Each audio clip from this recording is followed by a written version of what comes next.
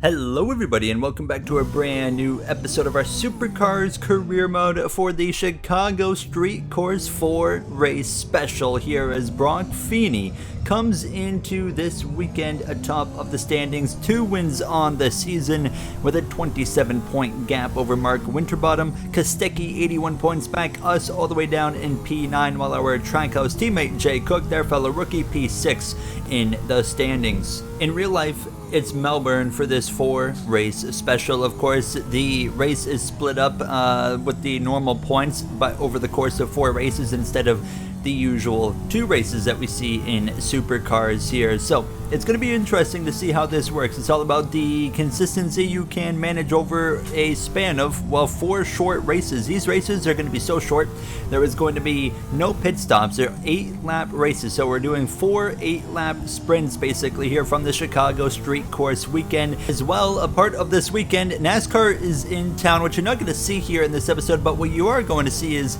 the return of SVG. Shane Van Gisbergen, of course, is here, and he is actually going to be entered in a 3rd Trackhouse car in race number 3. He's only going to be doing 1 race. It'll be the 3rd one of the episode. Shane Van Gisbergen, can he come back into Supercars and maybe even win the race here as we kick off qualifying in the first of 4 qualifyings this weekend here, getting up through the gears. Turn 1 and turn 2, similar, just opposite directions. 90-degree corners. You get right against that barrier there. Hard on the gas up through the gears. Of course, we're going to go all the way up in towards 6 gears. You head through this little right kink upshift one more time as we go through that little right bend, and then you got a really awkward corner right here. Actually, I clipped the wall, but not a big deal. But I get down to 3rd gear. Could have gone down to 2nd, and then of course you just get hooked up here, and then it's another just quick shoot down towards the next left-hand 90-degree corner now, as it's a really fun circuit to drive. NASCAR, of course, puts on a great race last year when they came here. They'll be doing it again in about a month's time, IRL, which is going to be fun to watch if SVG can maybe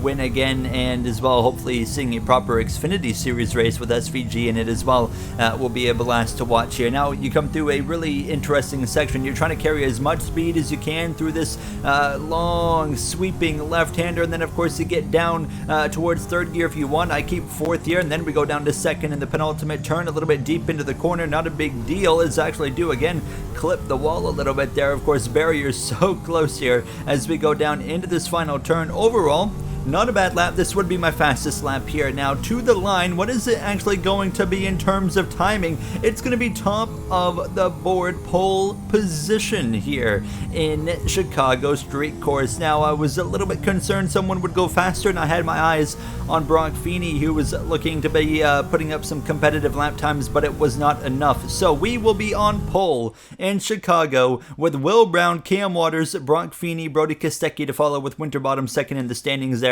You see our teammate of Cook down in P18. Will Davison at the back of the grid as we are ready to go racing here from the Chicago Street Course. 4 races, 4 sprints, 8 laps apiece. It's quick and, well, yeah, it's just quick. Let's get ready to roll as we're lights out. We're racing Supercars action in the United States. A slow get off the grid, and Will Brown immediately into the lead as Brock Feeney will settle through into P3. Wanders with a bit of a slow start nearly into the back of Brown into turn number 1. You can see everyone else getting settled in behind us here as we go down through turn number 2. There's Winterbottom. You got Kostecki, LeBlanc all going at it right here. Actually, nearly some contact with the Anton DePasquale car around in the background. This is a race where we could see some chaos all weekend long, and that's Matt Payne and a whole collection of cars that are going to get going there. You see Thomas Randall, one of them, and here's a quick replay contact with Love, and Payne just goes around and gets stuck there, so that's going to ruin his race. You have a mistake here.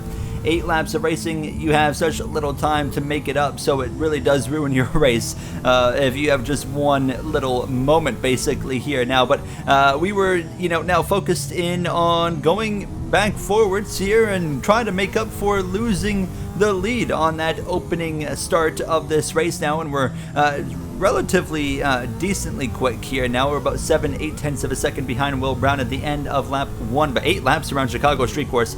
doesn't take a lot of time. You're going to run out of time very quickly here in this race. As you can see me trying to keep with them, but I actually have a lock up in that penultimate corner. Here comes Brock Feeney now up my inside into this final turn. So Feeney's going to try and put both Red Bull cars into the top 2 positions now. As we drop to 3rd, it's Chevrolet. 1, 2, 3, Ford in 4th position with Cam Waters now. We're going to try and keep Brock Feeney honest, but I think Feeney might have the pace to run down his teammate of Will Brown. Of course, Brown, his first season at this Red Bull team after replacing SVG, who went the NASCAR route. And yeah, the goal here is to stick with Feeney and just kind of wait and see what happens. And you can see the same exact lap, Brock Feeney runs down Will Brown, and we as well, I do think, have more pace than Will Brown, but Feeney was just putting so much pressure on me right there. So right now I think it's Feeney the fastest. I think we might be the second quickest, and then it's going to be maybe even Cam Waters, who's about 3 seconds back, and then Will Brown, who's just fortunate enough to get off the line and get the lead. And I think that's the crucial thing, because this track, it's tight, it's narrow, passing is not the easiest, and we're certainly seeing that here today, because we come through to lap 4 and we're already hitting the halfway point of this race here, and yeah, we're not really seeing a whole lot of passing, while Feeney, we know for sure, is the fastest car. A relatively calm race. We had that crash on the start, but outside of that, nothing's happened. As actually I've hit the wall. There's a mistake. We've knocked the barrier into turn 1. So easy to do that with the way these corners are designed. And now we drop way off the top 2 and to the back now of the front bumper. Actually, we're on of Cam Waters, but we stay ahead here, at least momentarily, as we come through to 2 laps to go already here from the Chicago street courses. Brown, Feeney, myself, as well as Cam Waters running in that 3rd and 4th position. Mark Winterbottom just in front of the defending champion of Brody Kostecki, his teammate Jack LeBrock just behind. You got Andre Heimgartner having a great run here today. Di Pasquale and our teammate of Cook nearly contact with Love, who had contact with Wood earlier. Nearly wrecked him right there, but they're okay. So Cook up inside the top 10 as well. Full Wood here, P12, but it's really all about getting everything you can on the start.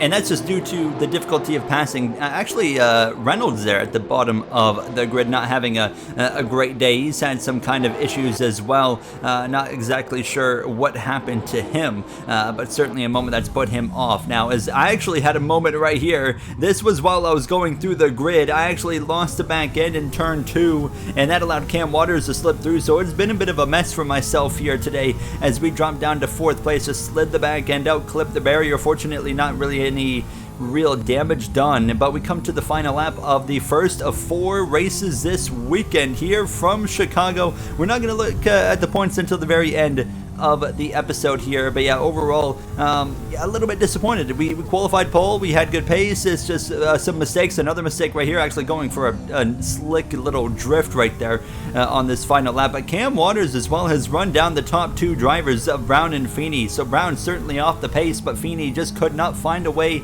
to get around his teammate now. So it is going to be Will Brown coming around these final couple of corners, and he is looking for his 2nd win on the season, and it's going to happen. Will Brown rounds the final turn here, the first Chicago street race of 4 to come.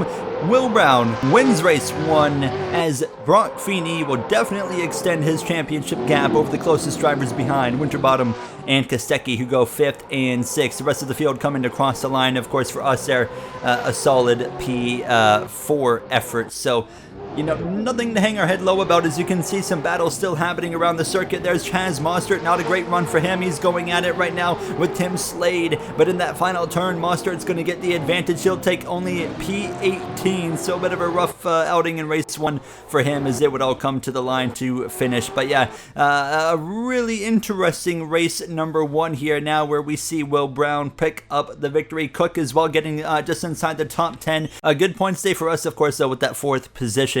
And I know we beat Cameron Hill there, who's 8th in the standings, so it's going to be a good opportunity for us to hopefully carry some more momentum, although we didn't win the race. So we come through into race 2 qualifying now, and what can we do this time after a pole position in the start of this weekend? Now, of course, not a home race for us. Of course, we are Canadian, but it's a home race for the team in Trackhouse Racing, and home race for our rookie teammate of Jay Cook as well, as he is from the United States. So, of course, it's still a big weekend weekend for this team, and we will have Shane Van Gisbergen in that third car for the next race, which will be exciting to see what he can do and bring his talents here to Trackhouse Racing on the Supercars side. Now, as we come through to cross the line, our fastest lap in qualifying for round 2 was only good enough for second, but still nothing to hang our head down on. P2, great starting position for us. It's Feeney, though, on pole position. You got Waters up here again. How about Will Brown down in P9, Winterbottom P10, while our teammate Cook 18th place, Mustard down in 21st. A big thing that the AI were struggling with in qualifying was traffic management. They found themselves stuck in traffic a lot, therefore giving them really slow lap times. Now, as we're going to be racing from round number 2 of the weekend, and again, it's a slow start. Off the grid for myself, here comes Bryce Fullwood showing the nose up the inside. Feeney's off well. Cam Waters shows the nose, and in turn 1, not going to be able to make it happen. He actually hits wall, and so does Fullwood. He made contact with Thomas Randall. A great qualifying effort for Thomas Randall. Now as we go under the NASCAR Cup Series icon, as you can see, a little bit of precipitation falling on the circuit as well. Cars slipping and sliding out of turn 2 seems to be the danger point of this track on the opening lap. At least someone's crashed in the background again, just like race number 1, and that's Mustard as well as Richie Stanaway. You see up ahead, there's Mustard going around off of Aaron Love, and Stanaway goes around. Same type of situation as we go back to the live shot, and we have a stack up pile up here, as that's Macaulay Jones who's gone into the barrier, and we're going to get an immediate look after a bit of contact with Di Pasquale. Oh my god, he just hit the wall and wrecked himself is what happened, and there was a big stack up. They would all get it cleared and going, but that was 6-7 cars that are going to be off the pace, or not off the pace, but off the pack, as we would focus in. Of course, no cautions in the Supercars career mode. It's just a settled course that does not have that technology, which is, it's hard to believe, of course, but it simply does not have that. So that's the one downside of this career mode, but we continue on here, now running in third position. This is going to make things interesting. Look at the track map in your top right of the screen. Brock Feeney just exits turn number 2 there, and he is going to, I think, run down some lap traffic before this race is over due to those cars being stacked up. I am all over the back of Cameron Waters now as we come through to lap 4 of 8. We move over to the right side of the circuit. We're side by side down into turn number 1, and can we get the position? Now he hits the wall on the left side. We take the position into P2. I did turn damage down in this specific race weekend because I had done some testing and had noticed the AI were hitting walls, so just because of the way they're programmed, it's a bit weird. I don't know if we're going to be coming here next season because of how dank it is, but yeah, I wanted to make sure they weren't going to get penalized hard for the way that they kind of are designed to race here. Jay Cook there, P15 over James Golding, Cameron Hill, Will Davison, Matt Payne all in the background there. Mustard and Stanaway, of course, 20th and 21st. Aaron Love as well, actually. Something went wrong there. He's 22nd. Oh, he was actually in that pile up that we saw that was headed by Macaulay Jones. But we run P2. We're just over 5 seconds behind Feeney coming up to the halfway point of this second race this weekend, and definitely not expecting to have the pace to go and run him down and win this race right now. And Feeney's at the top of the standings. He's got 2 wins. He's trying to make it 3. Of course, a win here will not grant you as many points as the previous rounds on the season, but like I said, that's due to because we have 4 rounds and it's the same point handout that we see every weekend. However, it's just separated across a span of 4 rounds here, and you can see up ahead Brock Feeney has got some lap traffic in front of him, and we have sliced that gap in half. 2.9 seconds, and I would bring it down to 2.1 seconds with 2 laps to go, approaching the final lap, and suddenly we are going to maybe be a threat to Brock Feeney. But the question is, do we have enough time? The final lap underway now, and we go through turn number 2, and you can see the gap about 1.5 seconds, and it just continues to come down to 1 second. A look at the traffic ahead, and you can see it's going to get interesting there. Percat just in front of that front nose of that Red Bull car. Brock Feeney not finding a way around. He lost the win in race 1 because he couldn't find a way around his teammate of Will Brown, who held on, and now it's looking like it could be the same situation, but maybe he's going to be under attack from me. The penultimate turn, coming down to the final turn on this final lap. Feeney has just enough of a gap on us, but we have run him down, but not quite enough. Brock Feeney comes through to get win number 3 on the season. He wins race 2 of this weekend, as it's P2 for us here now, when we have finished in the top 4 in both races so far. Cam Waters P3, Thomas Randall is going to bring it home in P4. You see the rest of the field slowly making their way to the line, and you'll see the final finishing order there. Not exactly what a guy like Brody Kostecki was looking for, not exactly what Jay Cook was looking for either, but you see the rest of the finishing order on your screen now. Cam Waters is having a great day. It's been a rough season for him so far. He is making up some good points. So we now come through to the next day. Friday was all the race 1 and 2 racing. Now it's race 3 and 4 on Saturday afternoon, and Shane Van Gisbergen is in the field, and he in qualifying is at the top of the board. P1, you see an American flag.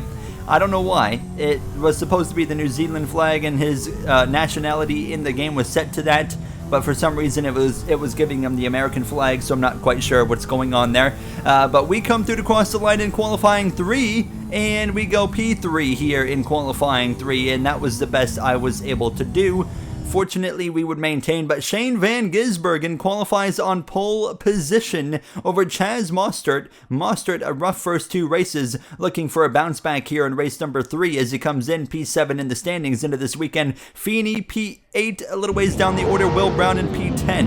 We are ready to go racing now. SVG Shane Van Gisbergen in his return to Supercars action leads off the grid into turn 1. Mostert to be up is inside the 3rd consecutive start where I just cannot get going, and we drop down to P4. Contact there between the leaders, and I stomp into the back of James Golding. A great starting position for him. Mostert drops down into P3. SVG is away and gone. He runs away now, and you can see some scrapping, some physicality behind, as we've seen in both races. In that second corner, it's been chaos through there, but it looks like someone's having a moment in the back. But overall, we keep it green, we keep it clean for the most part here now. As you can see, the Red Bull is getting after it right now. That's Feeney going for a move on Bryce Fullwood, trying to move his way forward now. That'll put him through into P8, but I don't think this is over yet. Fullwood got the run off the corner. He is going to have the momentum carrying him all the way down to the left-hander, where he now has the preferred lane. He's clear already. I'm still settled in behind James Golding. Feeney with the switchback up the inside. A bit of contact there, and that allows Fullwood again to stay ahead. It's Feeney and Brown running 9th and 10th here now, but Will Brown shows the nose. Feeney's going to give him the space he needs, and now it's 2 by 2 in the background as well. You can see Thomas Randall now contact between the 2 Red Bull teammates. Of course, their first year as teammates together, and they're getting the elbows out. Race 1, they were P1, P2, and now they're both crashing into the outside wall. Huge incident in the background. Feeney, oh my goodness, if it was reality, he would be dead.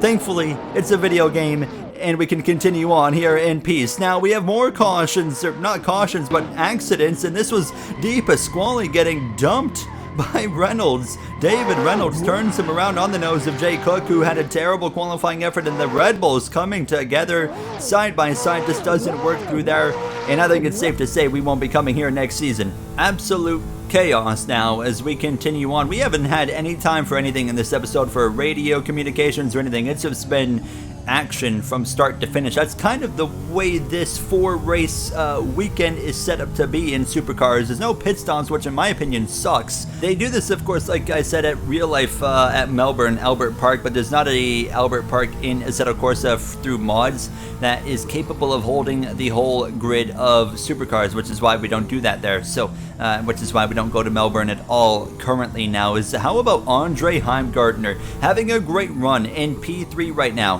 Through all the chaos that was happening at the start of that race, it was Golding who was in front of me originally. He had fallen down to P6, and Heimgartner had gotten through. So Heimgartner is in P3. We run in the 4th position. You got Matt Payne, P5, Winterbottom, Kostecki, 7th and 8th, but already 4 laps to go, and we're right there nearly cooking into the back of Heimgartner. A bit of a moment for myself in turn number 1 now, as this circuit, you can get really comfortable around the Chicago street circuit, but it really comes to bite you really quick now, as actually Di Pasquale is out of the race. He has brought the car into the pit lane and retired the car here out of the race at number 3 as Shane Van Gisbergen is continuously leading over Chaz Mostert. He as well was able to get back through into P2 after a bit of a wild start there, so it was working out pretty well for him, and he was actually all over the back of Shane Van Gisbergen. So SVG is not going to get this win easily, but what a feat it would be if SVG manages to win this race. Here we go, a nice run on the back of Heimgartner, now looking for that 3rd position. We have had a consistent weekend. There's been lots of chaos, but we have put a good weekend together, and now side by side into the left-hander, wheel to wheel with Andre Heimgartner now as we continue side by side. Maybe a bit of contact right there, no big deal. We have about half a car length on him here. We give him the space he is well deserving of as we go down towards the right-hander now, and he hits the wall and runs into us, and we go head on into the barrier. What the was that, dude? He just gave me no chance. Yeah, we saw it. He bounced off the wall. Just get it back going here.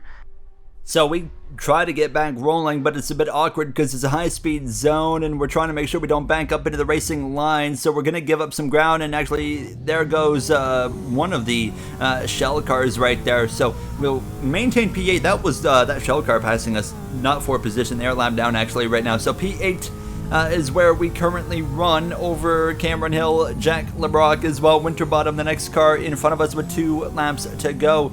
It's all Shane Van Gisbergen, SVG. He's gotten a Chicago Street Course win in the Cup Series of NASCAR. Is he about to do the same here today now in Supercars? And he is just in control as we are just really just bringing it home. We're 7 seconds behind Mark Winterbottom, 5 seconds in front of Cameron Hill at this point now as we continue on in decent shape here. But it's Shane Van Gisbergen rounding the final turn. SVG in a one-off race 3 wins here from Chicago. Chaz Mostert P2 and Andre Heimgartner, after contact with us there a little bit early on, he is going to be able to manage a 3rd place podium finish here now as, yeah, P8 for us, a bit disappointing, but you know what, after getting wrecked, our worst finish of the weekend. I'm not going to complain too much when our worst finish so far of 3 races has been 8th position. We have been on it this weekend as again we see the finishing order for the 3rd time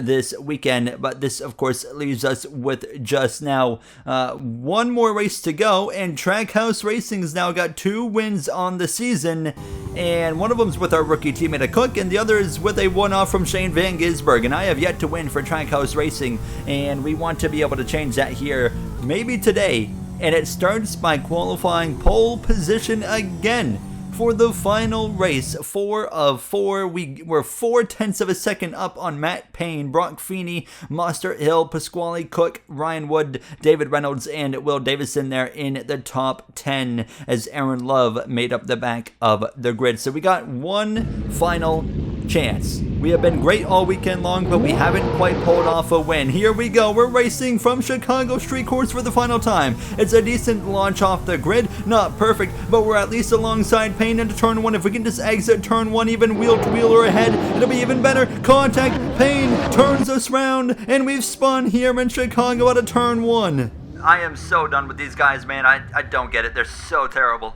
Obviously frustrated as immediately things looked good and now they're over. We're at the back of the grid. We have seen the chaos kind of pick up a little bit more as these races go on here now. 4 race weekend, of course, drivers are getting tired of being around each other, and I think we're seeing that in full force. Brock Feeney got the lead out of all of that. Cameron Hill, how about him into P2, having a remarkable season, 2 wins as well. And Chaz Mostert again P3 after a P2 runner up to SVG in race 3. He's backing that up with a great effort. Brody Kostecki's only just up here in 20th. Cam Waters just in front of him, and I'm just trying to get right in the mix of it here. How about Mark Winterbottom? A terrible start for him, but we were the only accident there on the start now as you got Golding on the inside of Love. I'll peek the nose up the inside of Aaron Love here now as we just try to recover, and actually he's going to crowd us into the barrier right there now as we continue on. And now yellow flag somewhere stacking up. I'm going to try and split the have contact there, just trying to get what we can, trying to slowly work our way through. That's Ryan Wood around. We get back going, and actually, no, we stopped briefly into the back right there of LeBronc, but now we get back going. We're up to P16, but it's just pure chaos here in race number 4. It's been the most chaotic weekend so far of the season. It was Brown going at it right here. Actually, huge contact with Davison, and that's what caused that accident. Now, we have seen this spot as well be accident prone, and now we would continue on just trying to find something, and I'm lunging one up the inside here at lap 2 on Thomas Randall, and this will put us through into that 16th spot. You got James Golding there in front of us for that top 15 now, but so frustrated, honestly. We've had the speed all weekend long to win at least one of these races and get our first win as a Supercars rookie.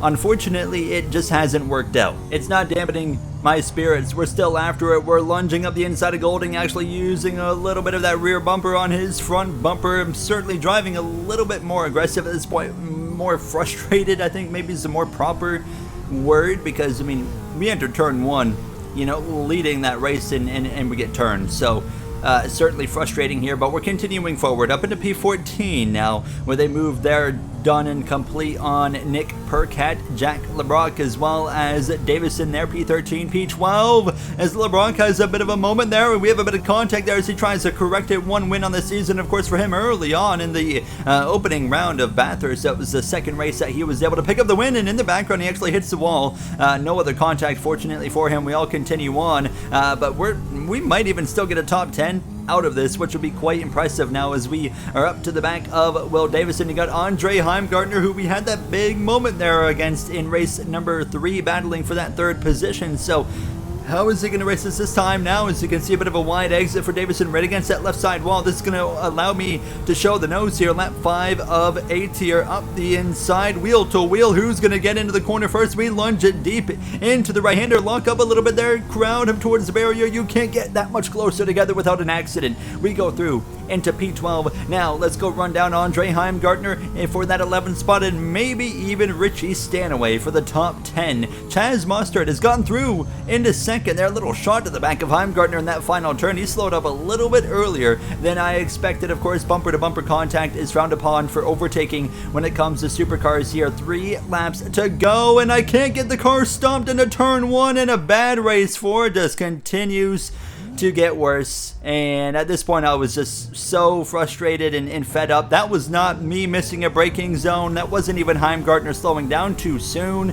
That was just the car myself. I just couldn't get it to stop, and I just drove straight to the back of him, and it's weird. And instead, of course, you just kind of hit the car in front of you, and it just kind of turns you. But we still are in the fight here for a mid-teens finish, even after all this chaos. Now, passing James Golding, thank you very much. 2 laps to go at this point, and it's Brock Feeney looking to come out of here with 2 wins in a second. What a day it is, or weekend it is for him now. He is going to drastically increase his points gap over the field following today. It's been a near perfect weekend there for him, aside from race 3 and the chaos with his teammate of Will Brown and the big accident that they have. We come to the final lap of the weekend now, 4 races down, as we are going to look up the inside of Percat here into turn number 1. Leave him over there. On the right side, we get a way better exit. P14, maybe even P13 is possible as we head down into turn number 2. Side by side, he hits the wall, he bounces off it, and he's going to turn us around. Not even surprised at this point. You hear us on the radio, I'm not surprised, and we don't lose anything because Percat stopped in the middle of the track. Aaron Love's going to sneak through, but Percat's going to tumble down the order, so we actually maintain P14, so I guess 1 positive in the plenty of negatives now. It's Brock Feeney rounding the final turn. He's going to win here in the 4th race. 2 wins on the weekend for him. Mostart's going to be P2. Some lap traffic littered in between. You can see there's Percat, actually. He went to the pit lane. His car kind of got spawned over there. Cam Waters as well. It's Anton De Pasquale who will bring it home. P3, final car on the podium. David Reynolds, a great effort in the 4th position. I'm so sorry about today, guys, and this whole weekend. We should have won at least one of these races, and I let you guys down. No, you didn't, mate. You showed great pace, and you stuck with it all weekend. The wins are coming. A big confidence booster there from our engineer, James Small. We come through to end up in 14th place here. 13th place, actually, so someone had an issue on the last lap in DNF. So P13, as we look at the final finishing order there on your screen, I mean, obviously 13th, our worst finish of the weekend. It was a weekend of just all-out chaos. We could not escape it. And in the point standings, I mean, for us, I mean, Brock Feeney, of course, extending his point gap. I mean, everybody around him, Winterbottom, Kostecki, Golding, Brown. Brown was the only one that managed to really beat him this weekend. Of course, Cook, of course, didn't have a great weekend, our teammate. We had a great weekend, and we, of course, see that represented pretty well in the standings. So pretty happy about that. But obviously, I mean, as a rookie, I'd say we're doing pretty good in the points, but at the same time, I mean, some frustrations at the same time, but a lot of racing to go still. And yeah, next episode is not a points race. It's the exhibition race on an oval, which will be revealed in the next episode, as we're here in the USA. We'll be sticking around for one more episode for the exhibition oval race that was announced. I'll see you guys then. Thank you for watching, and have a great day.